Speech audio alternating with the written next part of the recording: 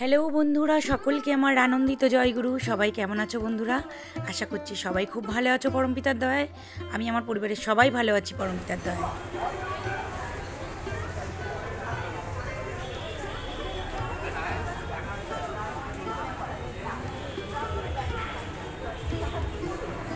জয়গুরু দাদা।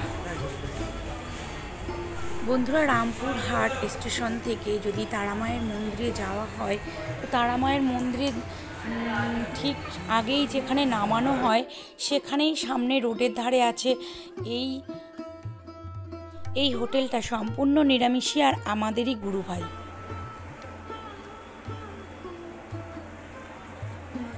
বন্ধুরা, শিয়ালদা স্টেশনের বাইরে আমরা অপেক্ষা করছি ট্রেনের।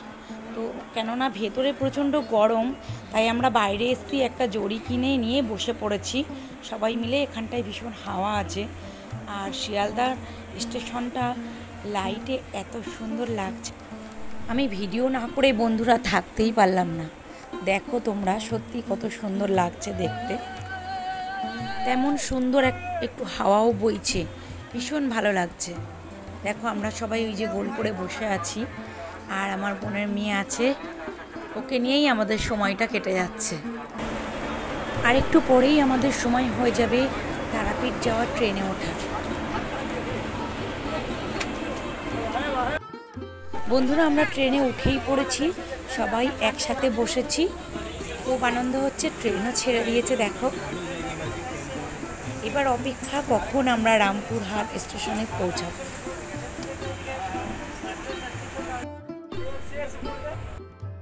বন্ধুরা, অপেক্ষার অবসান শেষ হলো, আমরা পৌঁছে গেলাম রামপুরহাট স্টেশন। এখন বাজে ভোর 3টে। আমরা অটো স্ট্যান্ডে অপেক্ষা করছি। আমরা মোট বড় 7 জন আর ছোট একজন বাচ্চা আছে। তো টেম্পুতে করে যাব, যেহেতু টেম্পুটা ভরতে আরও 2-1 জন লাগবে, সেই জন্য আমরা অপেক্ষা করছি বন্ধুরা। এই ভোর 3টের সময়ও এত গরম লাগছে, তো টেম্পুতে আমাদের যে যার জায়গা সব রেখে বাইরে দাঁড়িয়ে হাওয়া খাচ্ছি যতক্ষণ না গাড়িটা ছেড়ে দিয়েছে বন্ধুরা গাড়িটা। আমরা এবার কিন্তু সোজা তারামায়ের কাছে যাওয়ার অপেক্ষায় আছি। বন্ধুরা, যারা নিরামিষই খায় তাদের কিন্তু একদমই কোনো অসুবিধা হবে না তারামায়ের কাছে গেলে, কেননা মায়ের মন্দিরের চারপাশেই নিরামিষ হোটেল আছে। যদি আমরা একটু চোখ খুলে দেখি ঠিক বুঝতে পারবো, আমাদের কখনো কোনো খাওয়ার অসুবিধা মোটেই হবে না। তো দেখো বন্ধুরা, আমরা তো পৌঁছে গেছিলাম পুরোই আমাদের ঠাকুরেরই দীক্ষিত, তারাও সস্তায়নি তাদের কাছে। আর এই মুহূর্তে মন্দিরে আমরা পৌঁছে গেছি। মন্দিরে আমরা মাকে পুজো দেওয়ার জন্য দাঁড়িয়ে আছি। প্রচুর ভিড়, যেহেতু মঙ্গলবার।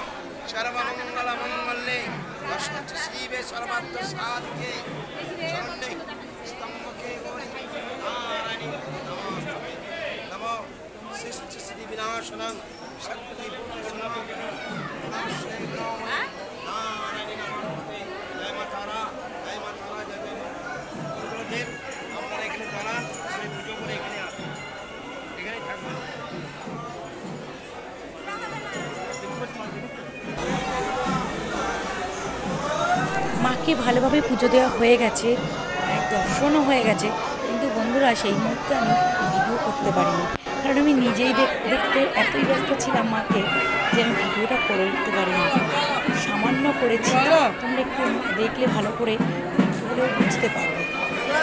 হয়েছে পুজো।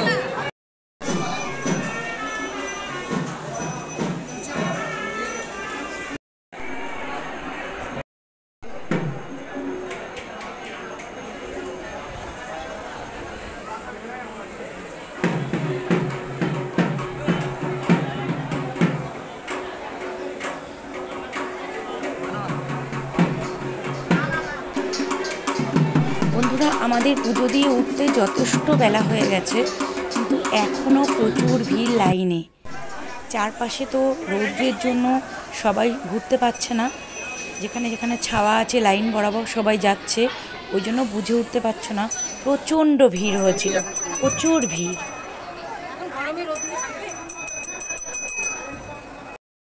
মায়ের মন্দিরের সামনে যে পুকুরটা ছিল, সেই পুকুরটা এখন এই অবস্থাতে আছে।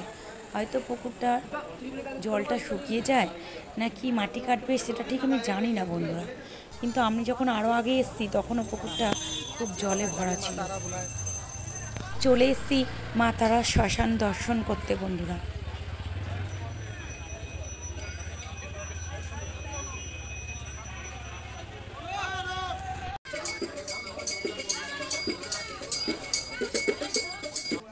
এই এত উঁচু পাহাড় মতো যে ছাই, সব আগে মানুষ পোড়ানোর ছাই।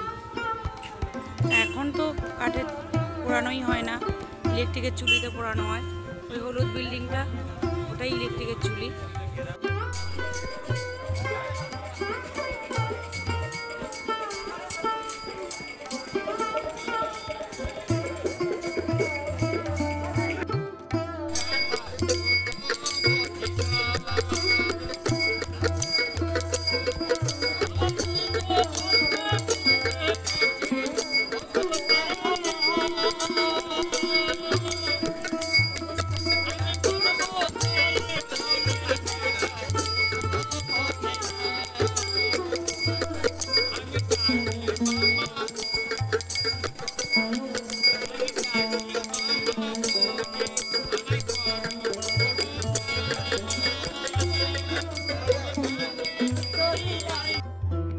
जो बाहर था ना, ये यहाँ पे समाधि दिया गया है।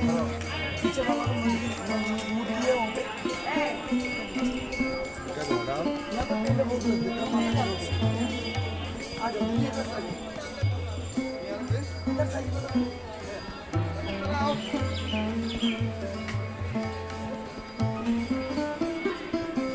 ये जो बामदेव देख रहे हैं ना, इसी का समाधि दिया गया है यहाँ पे। पीछे माँ है।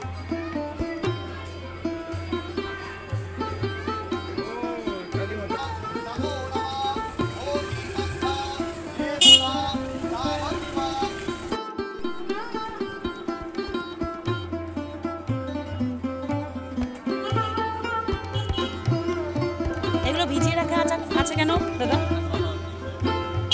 ভালো হওয়ার জন্য।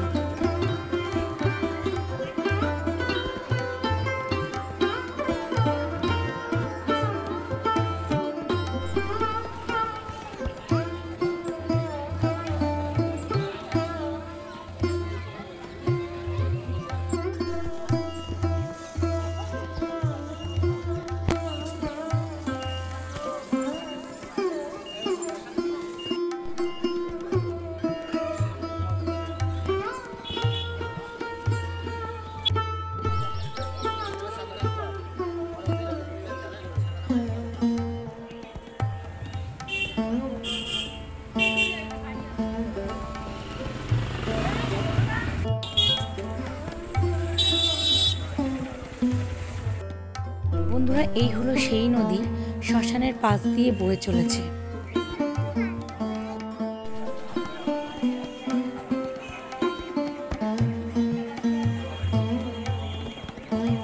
এই পুচকেটাকে দেখতে পাচ্ছেন না তো, এই পুচকেটাকে, এই যে ছোট্ট বাচ্চা থাকে।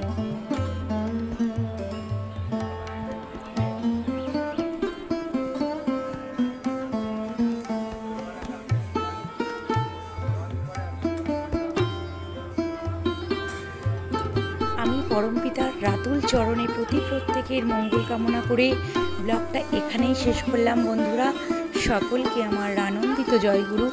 সবাই ভালো থাকবেন। আবারও আসি নতুন আর একটা ব্লগ নিয়ে সবার সামনে। জয় গুরু।